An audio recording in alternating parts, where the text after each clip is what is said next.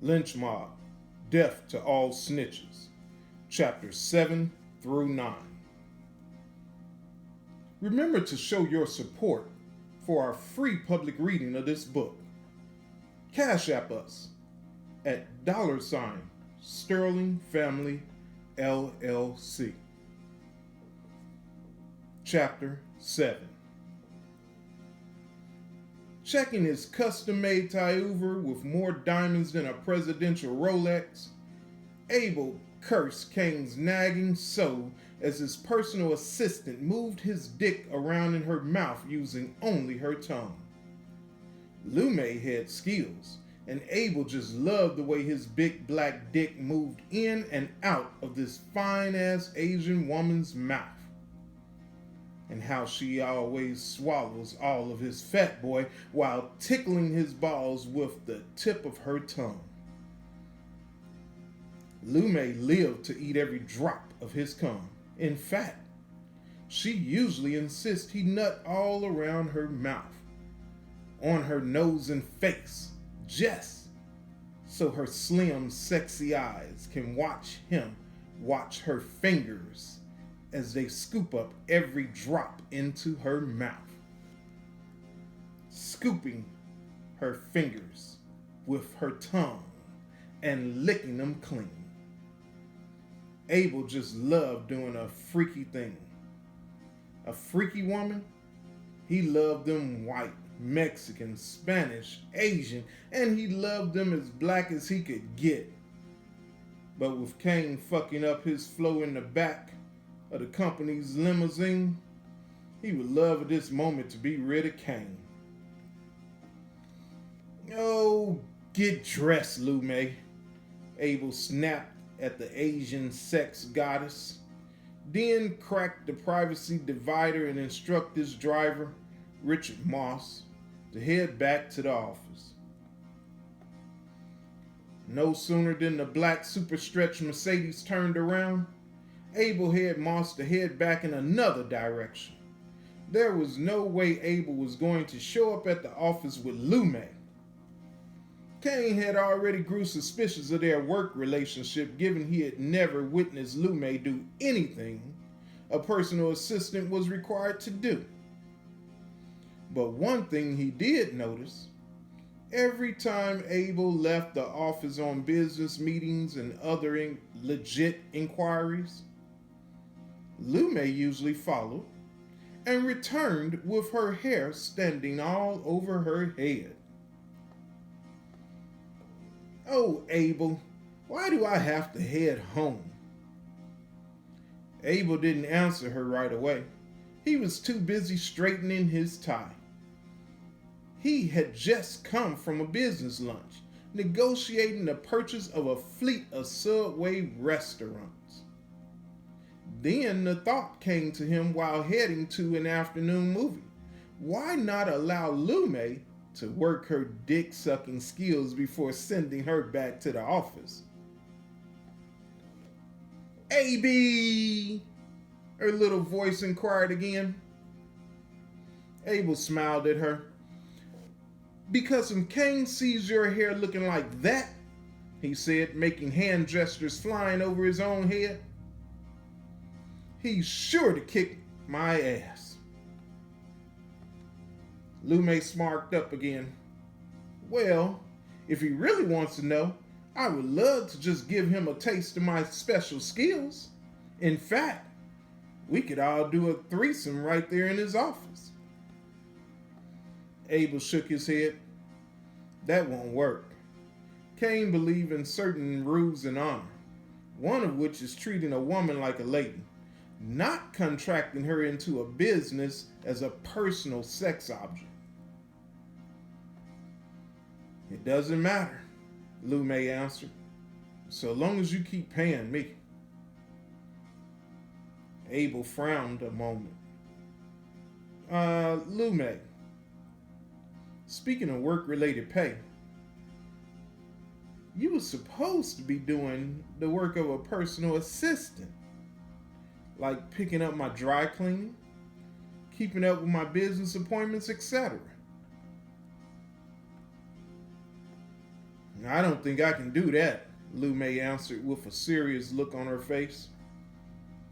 Sounds too much like a real job. I'm more like a playmate, not your housewife, unless you're willing to make me your housewife. Abel shook his head. Words like those is what kept him from actually having sex with this little Asian freak. I know, you only fucks your girl Jada, right? Abel agreed. But still, if you don't start to do some actual work, I'm gonna have to let you go. The limousine was now pulling to a stop in front of Lume's condo. She turned back to Abel and kissed him on the cheek. AB, baby. I'm not worried one bit about you letting me go. Remember, I know things. Abel sat there a moment in stunned silence as he watched Lume make her way into the building. What in the fuck was going on? It was impossible for her to know anything about the Lynch Mob. So what the fuck was that veiled threat about? She must have been threatening his relationship with Jada. Yeah, she was just threatening his relationship. She didn't know anything else, and that was for sure how he planned to keep it between them.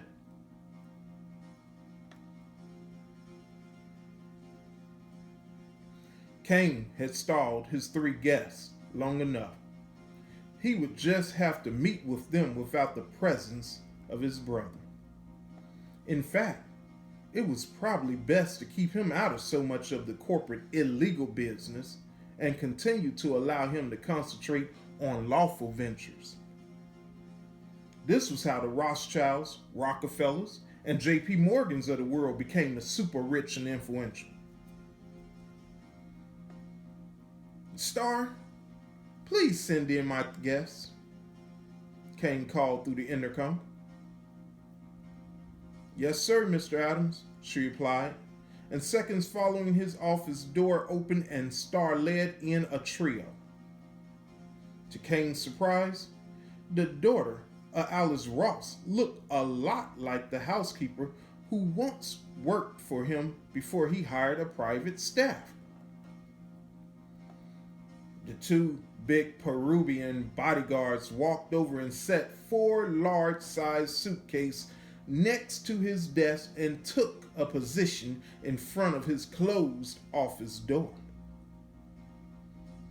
Kane leaned back in his executive chair and silently gazed at the young lady, whom he might add was truly beautiful with a gorgeous dark golden tan, long flowing dark wavy hair, and Egyptian-shaped eyes. Kane also noted how rich she was dressed. How dare he entertain the notion that she could have been his housekeeper? Ludicrous. So, Mr. Kane, how nice of us to finally meet again, she said, finally spoken, and Kane arched an eyebrow. The way this female talked, Kane was beginning to wonder if the feds wasn't trying to pull him back into their system. Look, do I know you? On edge, Kane sat straight up in his chair. She smiled. No, not really, but we've met. I don't mean to sound like a bitch either, but let's get down to business, Mr. Kane. I've waited outside your office long enough. Kane nodded. Okay, lady, shoot. Well, first of all, my father is willing to pay you $1 billion for one hit. We know that you have a lot of clients and are full of work, therefore we're willing to give you a little time. Plus, we imagine this hit will take some serious planning. Kane was still trying to make his mind think past the words $1 billion for one hit. It seemed like everything after that was spoken through muted lips. But then again, he caught something about the job taking some serious planning, and for that in itself worried him. Thinking it over, suddenly Kane realized just how big of a hit the South American drug lord was in need of. And in a way, he feared to even speak such sure death words aloud. So he didn't. Kane stared into her big, beautiful hazelnut eyes and shook his head. I know what you want me to do. It's impossible. It's not even within my power. She nodded. My father said you would know without my having to speak our problem's name. He also said that you wouldn't do it for $1 billion. I thought he was wrong. Kane leaned back into his chair. No, ma'am. Not that. That's one hit I'm not even willing to try. She smiled again. No? Not willing to try for the money, you say? But certainly not afraid to try, are you, Mr. Adams? He thought about her words for a second. You must know I'm not afraid of anything. I have no fear. She repositioned herself in the straight back chair and answered him in a seductive voice. Once you didn't accept the money, I was hoping you'd say that. In fact, so was my father. Yes, but what you're asking, he allowed the words to tail off. The young woman stood and leaned across Kane's desk. Her body was truly magnificent, with perfect curves in all the right places. Mr. Kane, my father sent me to offer you almost everything he has, including his only virgin daughter, whether for an hour or for a lifetime of servitude only to you. And 10, Kane shot to his feet, instantly interrupting her. Hold on now. I only accept women willingly. I don't know what type of games you all are playing. There was that seductive smile of hers again. Who's to say I'm not willing? Kane tried to interrupt again, but she waved him off and continued speaking. Plus, he's offering you his amassed fortune of $10 billion. Wire transfer in advance, if you prefer. Holy shit! $10 billion? Kane almost shit his boxers. Instead, he took a deep breath and sat back down in his chair. The young lady mimicked his actions. Neither of them spoke for a full 60 seconds.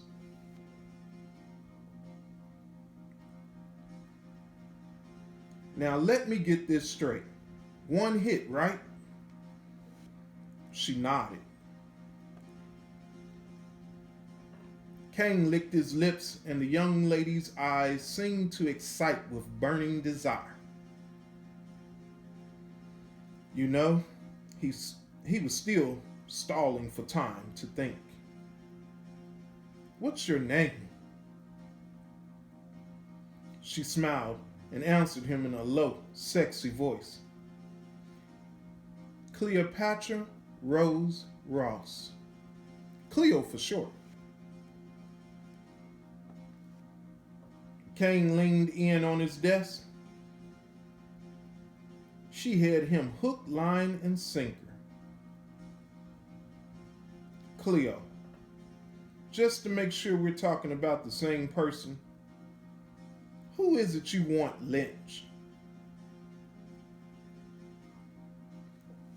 When she spoke the man's name, Kane felt like hopping straight out his office 101 floor window head first.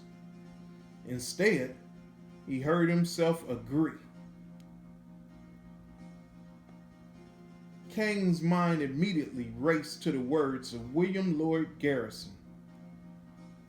A covenant with death and an agreement with hell.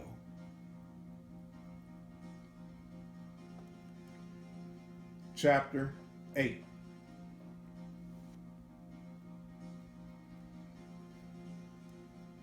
By the time the limousine pulled into its underground parking space, Kane didn't waste a moment jumping in and ordering Moss to take him home. Suddenly, he had had enough of the office to last him for many years to come. Abel watched him a minute before deciding to ask about the trouble. Trouble? Kane asked in return. His grin was larger than life. Abel had never seen such looks on his brother's face, except maybe once, when Abel graduated from high school. Kane was extremely proud of his little brother since Kane himself couldn't continue his own education. After their mother passed away from internal problems due to alcoholism, Kane, at the age of 16, was forced to work 2 and 3 part-time jobs in order to take care of his 10-year-old brother. Neither of the two boys knew of their father, and Kane wasn't about to lose his little brother to foster care. So after their mother's burial, in which Kane was thankful he had saved money that summer, which he ended up using to give his mother a proper passing, and keeping the state out of their business, pretending to have a living relative take care of them. It wasn't until Abel was 16 before Kane took to robbing banks for a living. Once he did, their slum lifestyle went from rats and roaches to sold-out concert seats watching the notorious B.I.G. speak. Yeah, trouble, Abel asked again, playing Kane's game. Or else, why would you text me to get my ass to the office ASAP? Oh, Kane looked bewildered before turning to gaze out the side window. I need you to purchase a fleet of private jets and one of those BBJ 747s. You should also look into grabbing our very own small craft airport. That way we can make money charting some of them out. Kane shook his head with teasing disgust. I knows how to run a business, my dear brother. Kane nodded and turned to him. Indeed you do. His grin had returned. And come tomorrow, I'll be off house hunting for a nice big mansion, hopefully with a lakeside view. Abel nodded understandingly. That's all well and fine wishes, but unless we've hit it big time or planning to burn up the corporate credit, we really can't afford the planes and airport. As the limousine pulled to stop in front of their building, the doorman came and opened Kane's door. Yet before exiting, Kane leaned into his brother and whispered, Abel, we're billionaires 10 times over.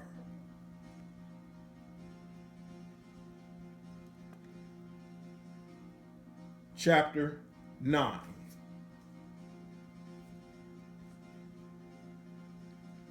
Billionaires 10 times over? Kane heard his brother ask again, but he refused to answer for the third time. However, the one thing Kane found even more disturbing than his brother not inquiring as to what it took for them to become such billionaires was the soft sound of music coming from his penthouse door the closer they approached. Cain knew damn well he had not left the stereo system on, so he paused at the door, listening, thinking. He mused whether or not if he should summon some of his own personal protectors. Since leaving prison, he never left the house packing a weapon. Neither did his brother, whom took note of Cain's behavior and decided to shut the fuck up. Abel lifted his chin toward the door and cocked an eye signal. He whispered, "Want me to get the boys?" Cain and Abel kept a 5-man group of guys skilled and licensed to carry all sort of weaponry, in which they kept close by and not part of the Lynch Mob either, living on the same floor as their penthouses. Cain nodded. "Okay, don't go in yet. I'll be right back," Abel said before madly dashing down the hallway. The words fell upon deaf ears. He should have known better than to say such bullshit. Cain was one of few black men today walking this earth with no fear. Plus, to make matters even worse, he was kamikaze. Reckless, dangerous, potentially self-destructive. Even before prison, Cain sought excitement like climbing mountain peaks, skydiving, and deep water swimming, taking photos of stingrays and shit. Notwithstanding his therapy for coping with their mother's early death, he studied martial arts like a religion. In fact, it was his religion. Cain had mastered karate, judo, and ninjutsu before being incarcerated. Therefore, stepping into his own apartment didn't worry him much. However, upon entering, he was taken by surprise.